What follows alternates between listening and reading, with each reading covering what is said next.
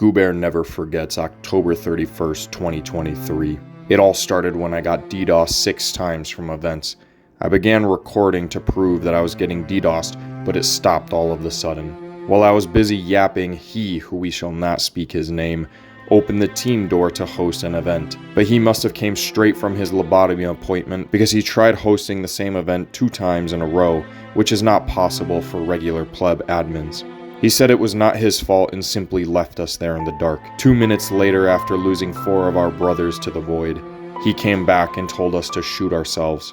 Taunting us, he teleported around us like the demons I see in my sleep paralysis. We all chose to ignore him, and the heathen left to do more of the devil's bidding. Now only 2 of my brothers stood next to me.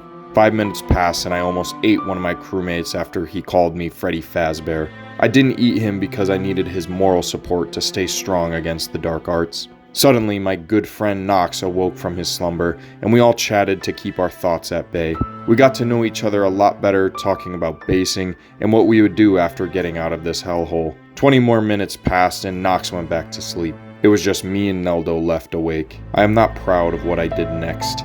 His screams still haunt me to this day. Neldo will never see his wife and children again, all because of because of him. Nox awoke and asked where Neldo was, and I lied about what happened. With just Nox and I left, we lasted another 10 minutes until he got an urgent message from his gang. They were calling him for backup since the ops raided their turf.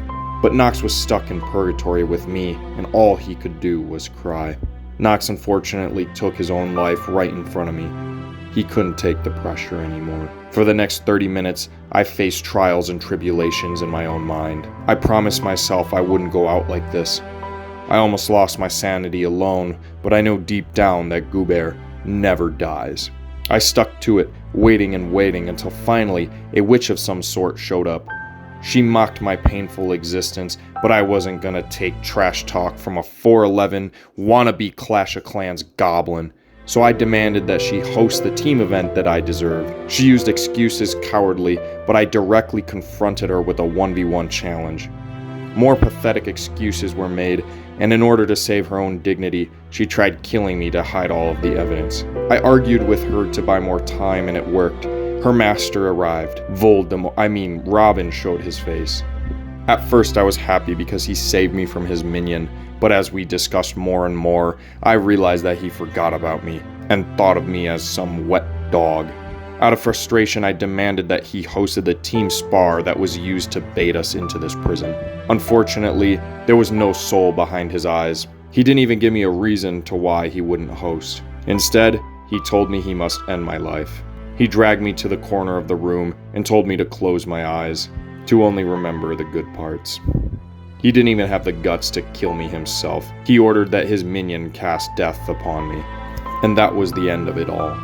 I was never given the team spar I deserved, only traumatizing memories. Goobear will never forget the tragedy of October 31st.